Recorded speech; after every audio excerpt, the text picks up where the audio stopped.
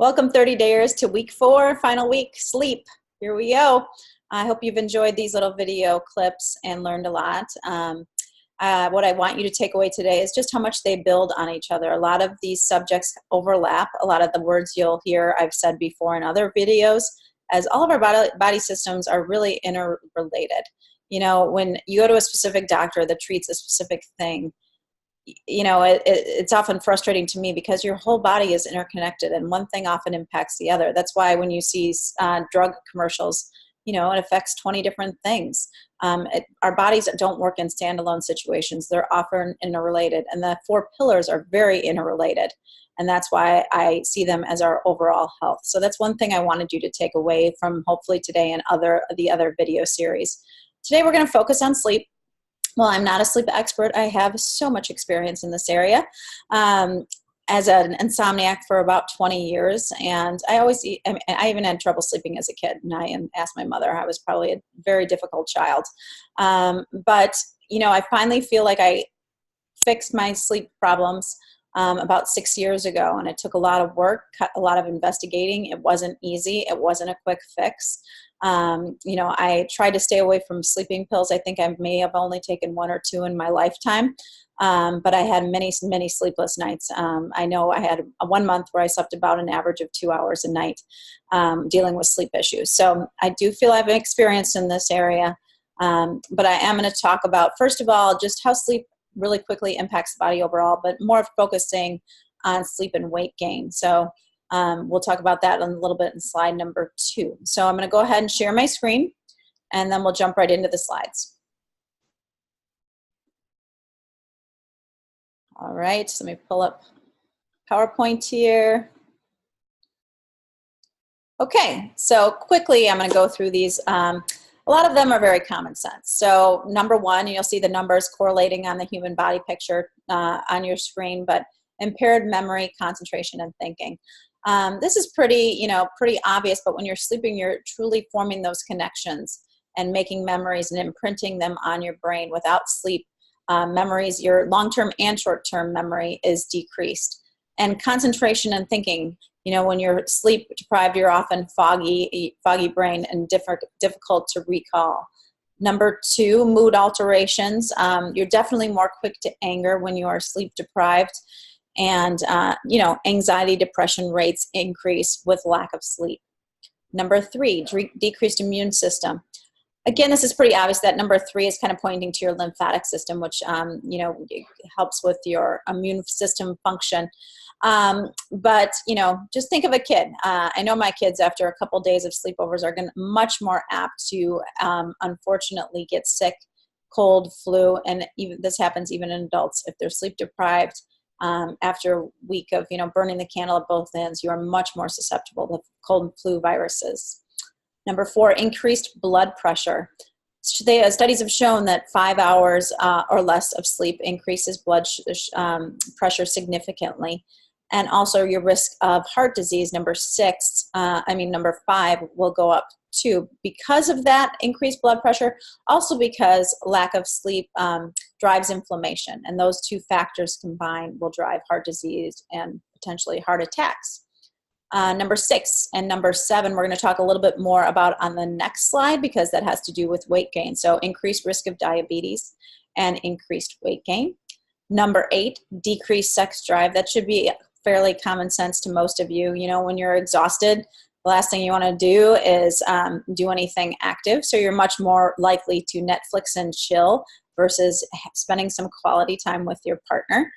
Number 9, increased risk of injury. This is in terms of also, in terms of balance and coordination, but also, car accidents definitely skyrocket with a groggy type driving. I think many studies have shown that it's almost just as dangerous as driving buzzed. So obviously those things are very interconnected, and your whole body is impacted when you are not prioritizing your sleep. So slide number 2, we get a little bit more into the weight gain issue and how sleep is connected to weight gain. Just as background, Americans in 1960 averaged about 8 hours of sleep, and in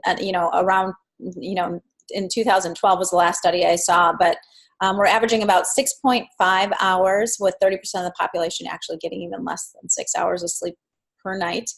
And I don't know, but this seems to correlate pretty well with obesity as well, being driven way up. So I do think it is one of the factors driving obesity.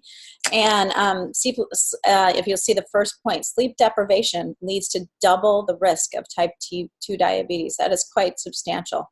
So definitely want to consider that factor if you are pre-diabetic, have metabolic syndrome, all of those pre-diabetic type conditions. Now, why is that? Well, this is where you're going to hear a lot of the same words that we've been talking about in nutrition, the nutrition week 1 video, the movement and the stress video, all of them. Insulin, that hormone that we call the fat storage hormone.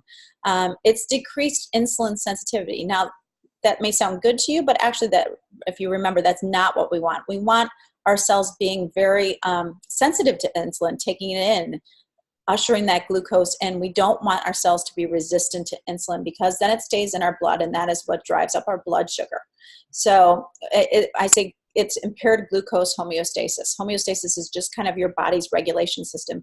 Your body always wants to come back to that certain set point where it's even, but sleep deprivation impairs this glucose ability for your body to do that. So many studies, I think this was a pretty big headline. I remember it back in 2016. It said, 1 night of sleep, complete sleep deprivation, decreased insulin sensitivity is as much as 6 months of a poor, low quality fat diet. So I'm not talking the good beneficial fats, but basically saying 1 night of lack of sleep and your body acts like you've been eating crap for 6 months. So just, when you're burning that candle again at both ends, or have one all-night bender, just remember that you're destroying perhaps all of the good work you did the 6 months prior. Reduced insulin secretion. Your B cells are actually what secrete insulin, and they've been shown to decrease their actual secretion of insulin when you are sleep deprived. So that's kind of that whole insulin cycle that we want to be considering.